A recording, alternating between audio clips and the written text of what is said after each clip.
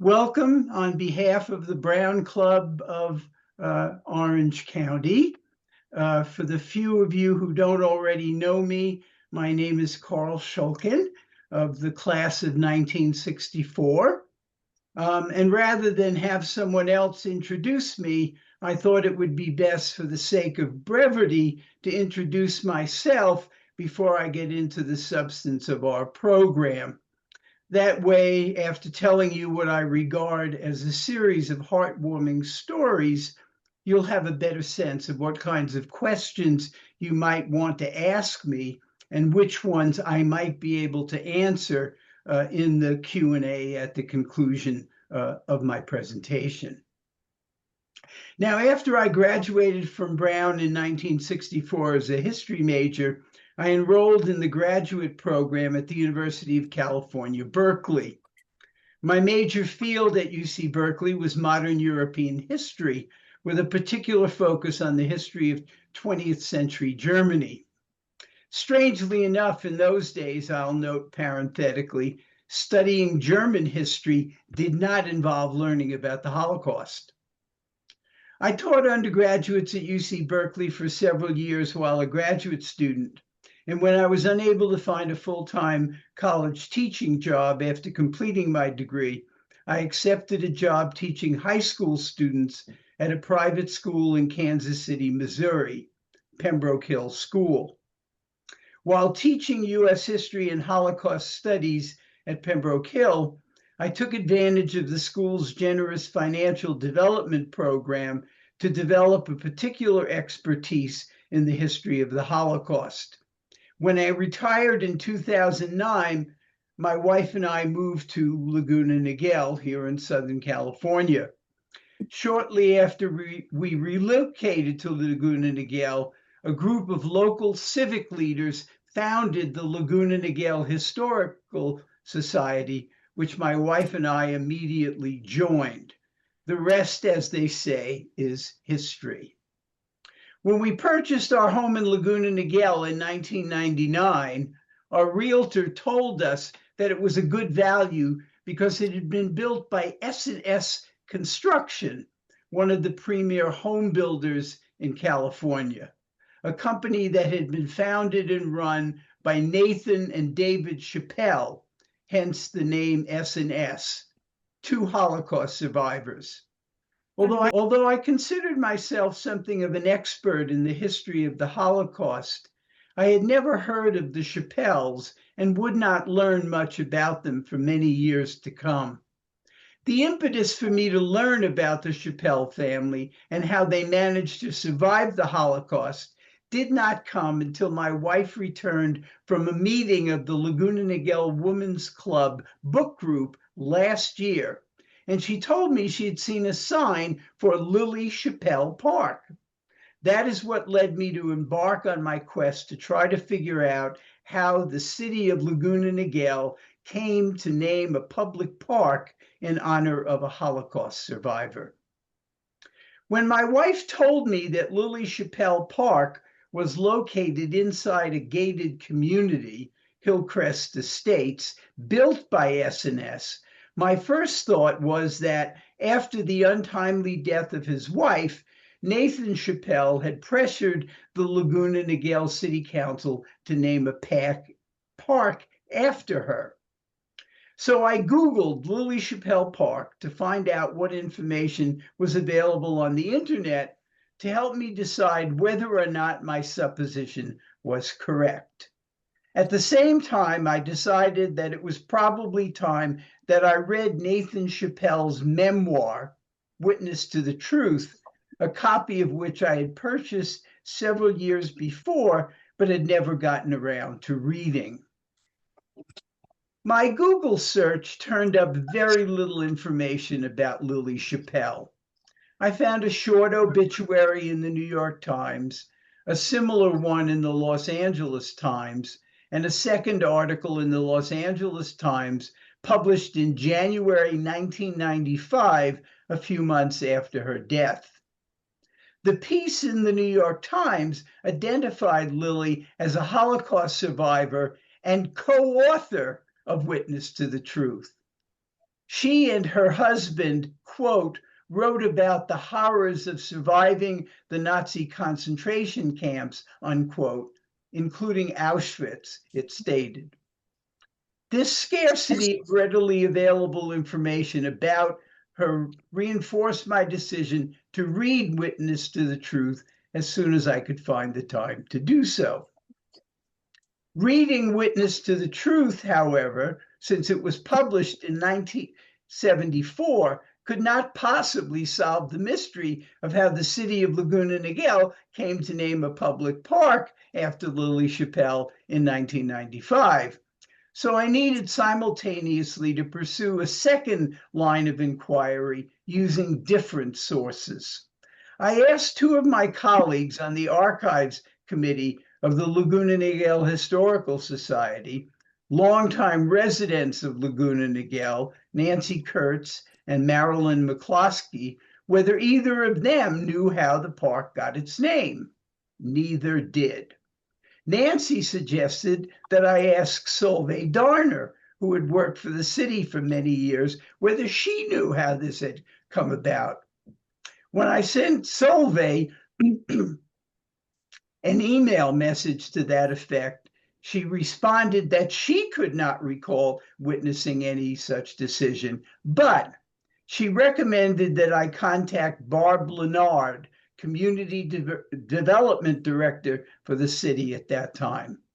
When I called Mr. Leonard, he said he had a vague recollection that then mayor of Laguna Niguel, Mark Goodman, had proposed it. He suggested that I call Mr. Goodman and ask him, and he provided me with Mr. Goodman's phone number. That phone call not only solved the mystery of how Lilly Shapell Park got its name, it led me to the discovery of a series of heartwarming stories.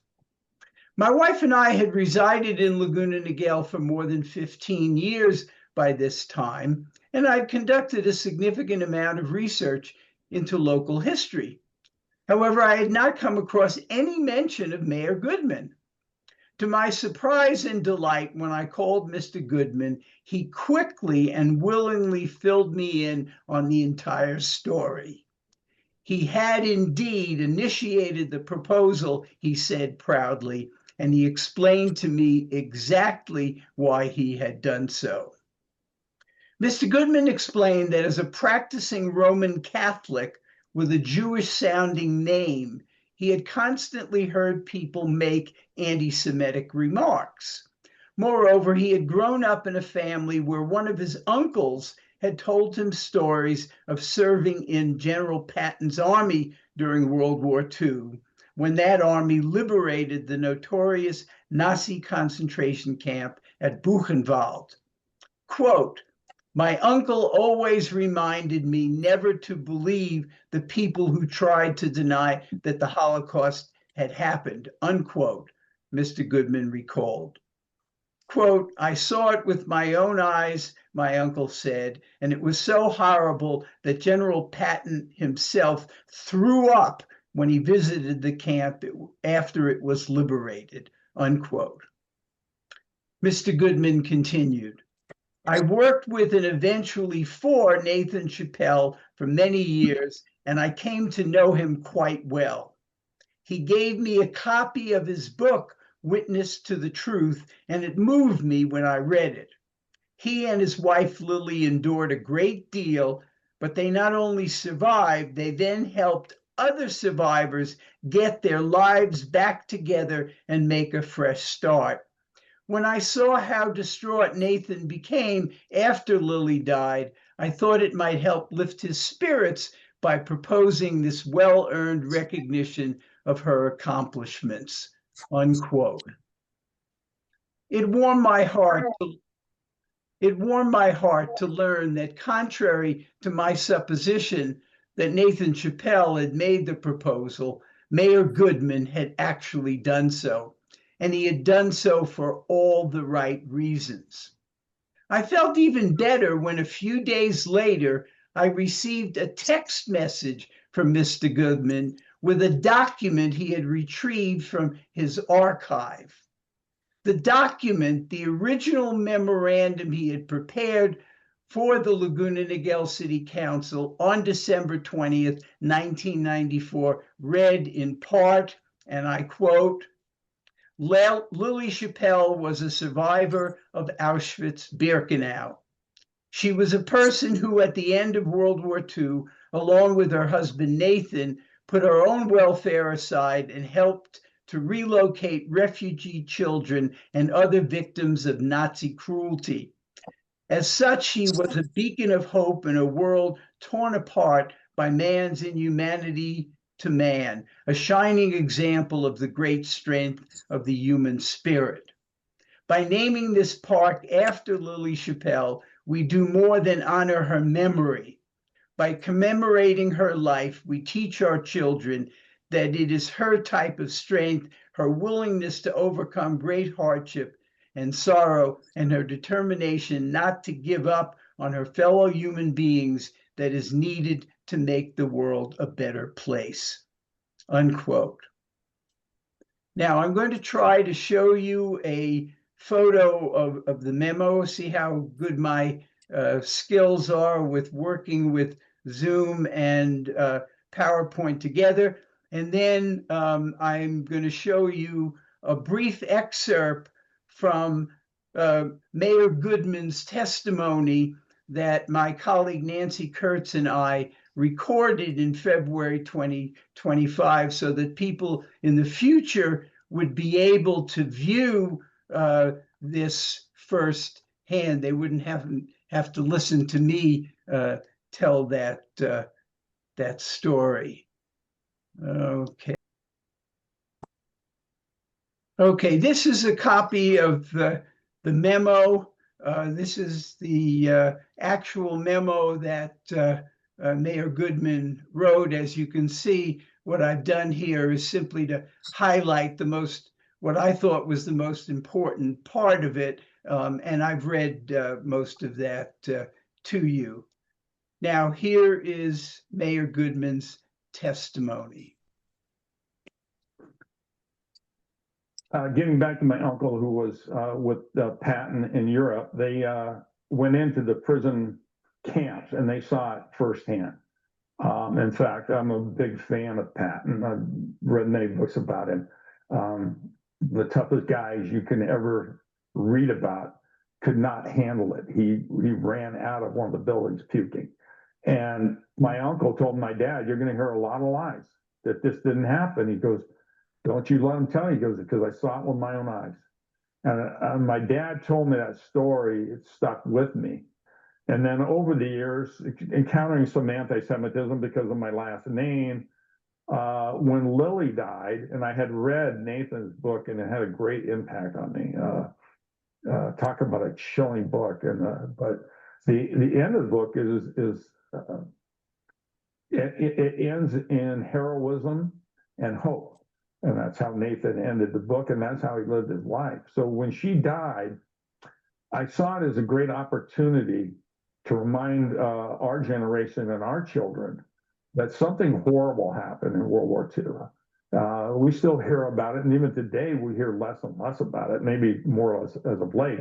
But my thinking was, when Lilly died, it's a great opportunity to let the kids of Laguna Niguel know something about history, and a person in history who's someone they can look up to, somebody who went through unspeakable terrors and came out of it to become one of the richest people in the state of California, a person who was very involved in philanthropic works.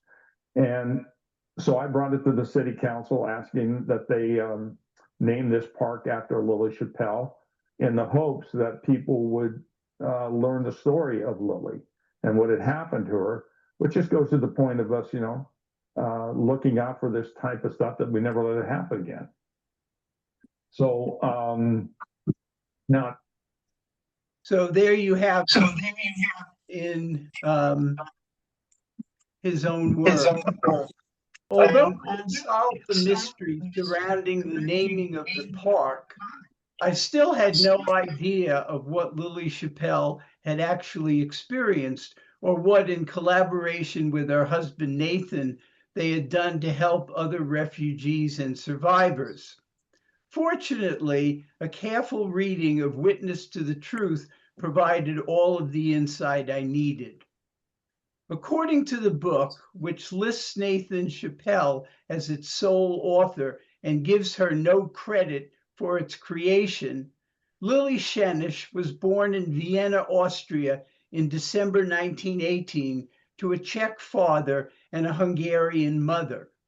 She graduated from high school and enrolled at the University of Vienna to study modern languages shortly before the Nazis invaded Austria in March 1938. Like her co-religionists, Lilly was quickly expelled from the university because she was Jewish. Having lost her father at the age of 10, Lilly and her mother left Vienna for Hungary in March 1938 with one small suitcase on one of the last trains before the Nazis began to systematically persecute the Jews of Austria. Lilly and her mother found refuge with her mother's family in Budapest. They remained relatively safe even after the Nazis conquered Poland and much of the Soviet Union. In March 1944, however, the Nazis invaded Hungary, and after a few months in hiding, Lilly and her mother were arrested by the Gestapo and put on separate trains to the infamous concentration camp Auschwitz-Birkenau. Lilly never saw her mother again. After months of torture and humiliation in Auschwitz-Birkenau, in September 1944, Lilly took a gamble. She volunteered for a transport to a different labor camp. The new camp, Ravensbrück, had been converted to a labor camp for workers assigned to factories producing war material. From there, Lilly was transferred to yet another camp, Neustadt, where she was put to work repairing telephone cables for the German army. After several months as a slave laborer, in March 1945, Lilly and several hundred other female workers were marched out by the SS to escape the approaching Russian armies. After weeks of marching in an effort to avoid capture, Lilly and a few friends made a daring escape into a forest in the vicinity of the Bavarian town of Helmbrechts. There, in early May 1945, they were liberated by American soldiers and put under the protection of the American military government. In the next section of Witness to the Truth, Nathan explains to his reader how he met Lilly. After liberation, he writes, Lilly found work with the American military government as an interpreter. As Nathan explains in a moving passage I have come to refer to as When Nathan Met Lilly, he writes, and here I am quoting at length from his account. She told me how demanding her work was. Because she spoke a number of languages, English, German, Hungarian, and French, her services were very much in demand, and she had a position of responsibility and trust with the American military government. He then quotes Lilly as saying, "You have to understand that every day, all day long, people come to me asking me for special favors. Because I work for the Americans and have an important job, they expect to get something out of me. I don't know which is worse, the Germans who tell me to my face that they were never Nazis and knew nothing about the camps and the ovens, or the others all seeking favors. They just want to use me to get what they want. So why should I care about them?" Unquote. When, after watching Nathan lead a committee of former Jewish concentration camp members and not asking anything of her, Lilly marveled at his seeming selflessness. And here again, I'm quoting Nathan telling his reader what Lilly said to him. Quote, "I don't understand you at all," she said. Why do you do all this? You know, when I first met you, I waited for you to ask me for something too, but you haven't once mentioned anything you need or want for yourself," unquote. Nathan's thoughtfulness and desire to help other refugees and survivors had apparently won her over.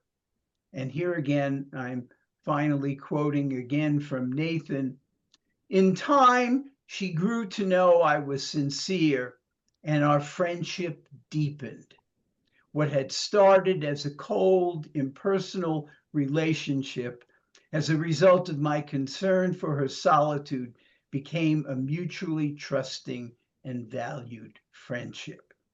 And unquote. And later on, of course, a romance and marriage. Now, fully half of Witness to the Truth tells the uplifting story of Nathan and Lilly's work assisting refugees and displaced persons in putting their lives back together in the aftermath of World War II. Now, despite having spent more than 30 years as a Holocaust educator myself, I had only recently learned about the plight of displaced persons in any detail.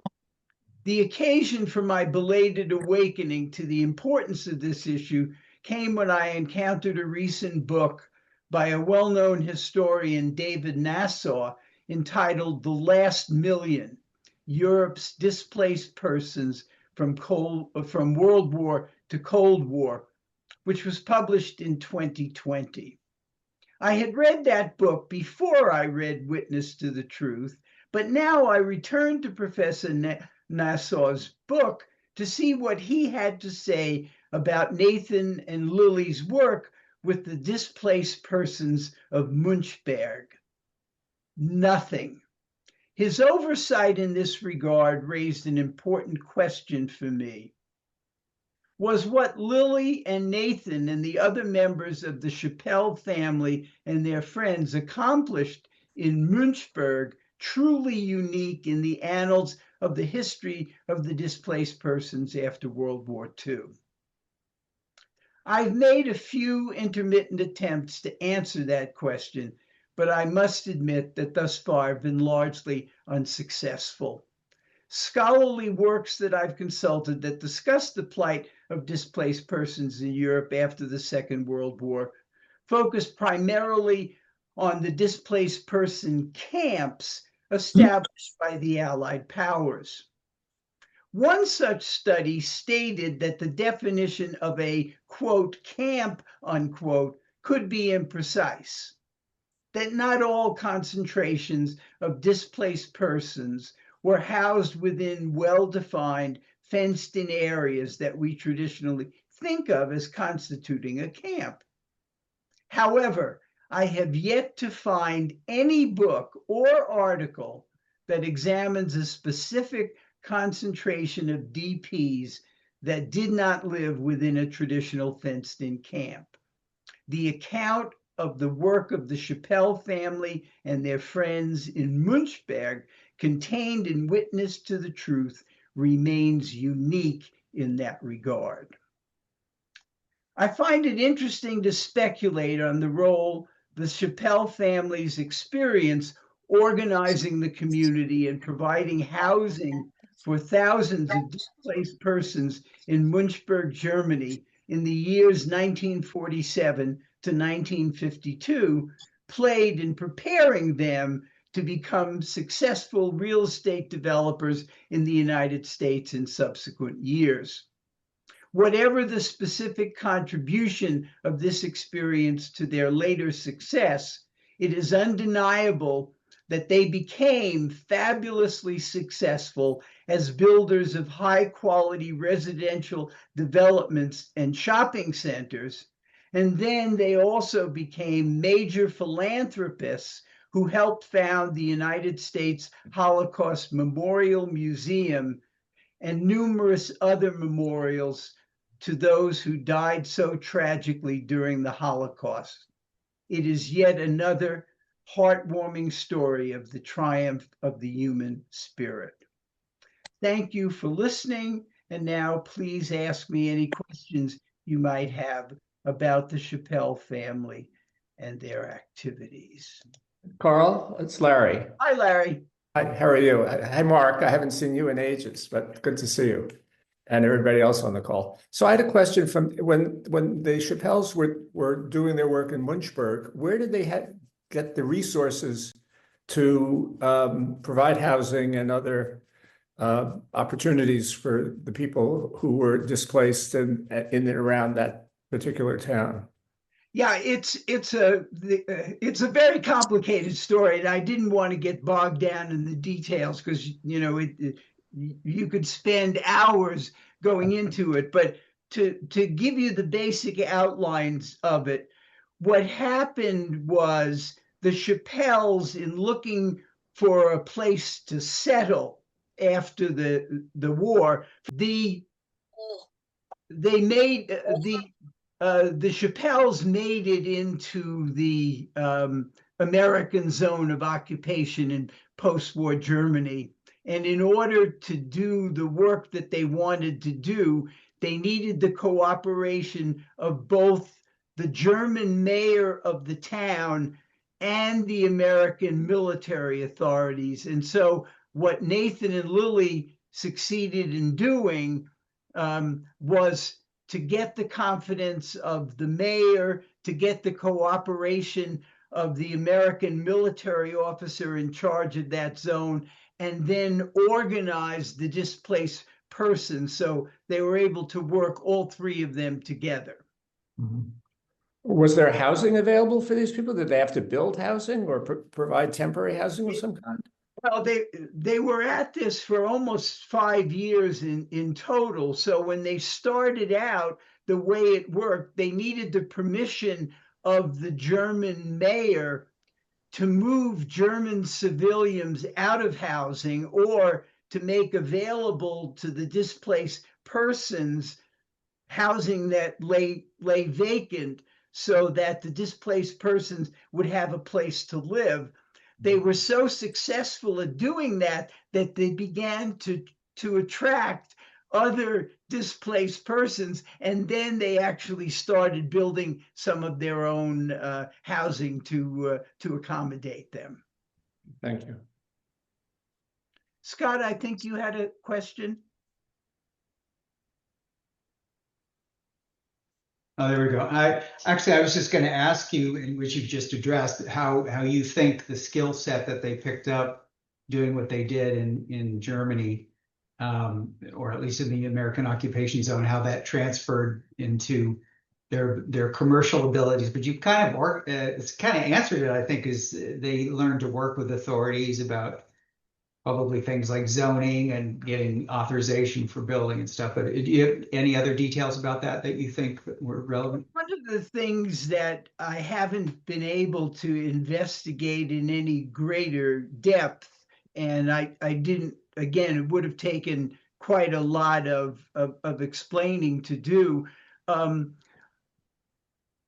Shapell family consists of Nathan, his brother David, his sister Sala, and a man who Nathan met and befriended in Auschwitz-Birkenau as fellow prisoners. They became friends, and once liberation came, they escaped together and supported each other. When they were successfully reunited as a family, what happened with displaced persons after the war is most of them went searching as best they could to find other family members, to see who else had survived and to be reunited. Nathan tells that story. He finds his sister Sala, where she had been liberated, so they were reunited. Then David had gone off and fought with the Soviet army and survived that way, and he comes back and finds them. And then Nathan's sister Sala falls in love with the man that Nathan had befriended, and they get married. And so when S&S becomes a going business in the post-war period, you have Nathan, you have David, and then you have Max, whose original name was Weisskopf, or no, Weissbrot, white bread. He changes his name to Webb. So you have Nathan Shapell, David Shapell, Max Webb, and then his wife, who is Nathan's sister, Sala, and they all work together. And what's interesting about what you can learn about them is Max is the only one who ever sat for one of those famous interviews with the Spielberg project of the USC Foundation. So if anyone wants to hear Max tell this story, you can get it. You can get a video of that. What's interesting and is difficult to piece together, and a lot of this is just supposition, is when you talk to people about S&S construction, hardly anybody knows who David was or met David. They only dealt with Nathan, and Nathan ran the business. But when you look at the philanthropy of the Shapell family, David and his wife, who he met as a displaced person, they are the major philanthropists. And they even have a building named after them at the Holocaust Museum in Washington. Thank you very much for that. Maybe more than you want. No, actually, it's considering that this happened sort of in our backyard. It's very interesting to hear all of this. Or at least that's where they settled, was in our backyard more. Yeah. Carl, how did they come to Laguna Niguel? They actually are not primarily centered in Laguna Niguel. When they emigrated to the United States, I think they were somewhere in the Midwest initially, and I'm not exactly sure what brought them to California. But when they came to California, they went into the business of building basically tract housing in the state of California, and they became very successful at it. And actually, Laguna Niguel, they come to Laguna Niguel later on in the process, and they lived in Beverly Hills, but they bought a lot of land in Laguna Niguel and developed a number of housing developments and shopping centers in Laguna Niguel. So they became well known in the area, although they themselves never lived here. Mm-hmm. Thanks. Anyone else have a question or comment? Well, then I'll just thank all of you for joining us today, and hope you learned a little something and found some of these stories as heartwarming as I did. And for those of you who are first learning about the Brown Club of Orange County, you might want to take a look at some of our future events, including one next Saturday, where I think browncluboc.org, if I remember correctly. Yeah, I'll put it in here. You're going to put it in the chat, Scott? Yeah. There we go. Thank you very much, everyone, and enjoy the rest of your weekend. Thank you, Carl. Thanks, Thanks, Carl. Very, Bye. very interesting.